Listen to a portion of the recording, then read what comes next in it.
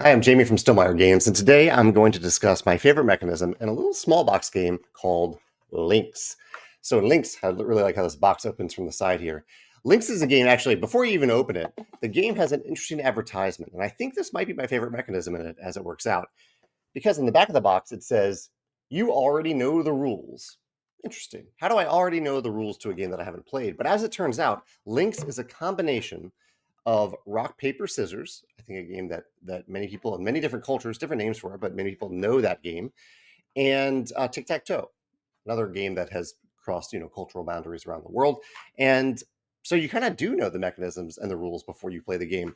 It does have a few little twists to that I enjoy, but I think that's an interesting hook of mashing up two very well-known rule sets for games and creating a new game from those two rule sets. So tic-tac-toe and rock paper scissors in this game. So the idea is that each player, and you can play up to four, which is you can see four different player colors.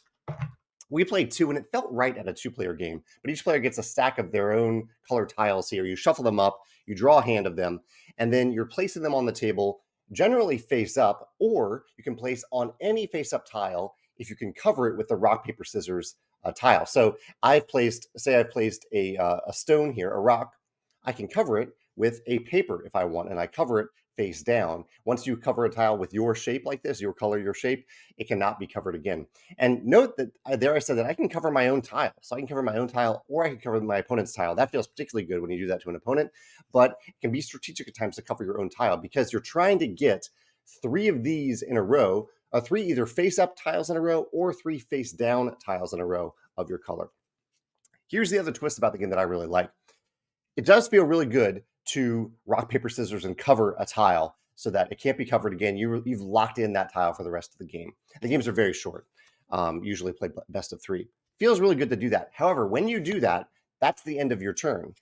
If you place a tile face up instead, kind of often betting or hoping that the opponent doesn't have in this case, the scissors in their hand, or a scissors, there are a couple of them in their deck, in their hand, you get to draw two cards at the end of your turn. There's a little reminder on the tiles for this. So if you play a tile face up, even though it's vulnerable, you get to then draw two tiles. So you have more options to choose from at the end of your turn if you're playing face up. This ends up being a really good choice in the game. For such a simple game, a really good choice of face down, don't gain anything. Don't get any more choices. Don't move yourself forward in the game except for locking in that space.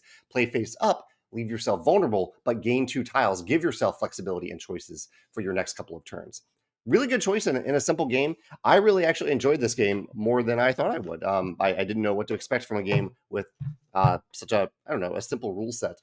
But tic-tac-toe plus rock, paper, scissors actually works out in Linx. And I'd love to hear your thoughts. If you can think of any other game that combines two very, very well-known simple games into one more complex, more satisfying game, slightly more complex, more satisfying game, let me know in the comments if you can think of anything like that. Those are my thoughts on Linx. Thanks.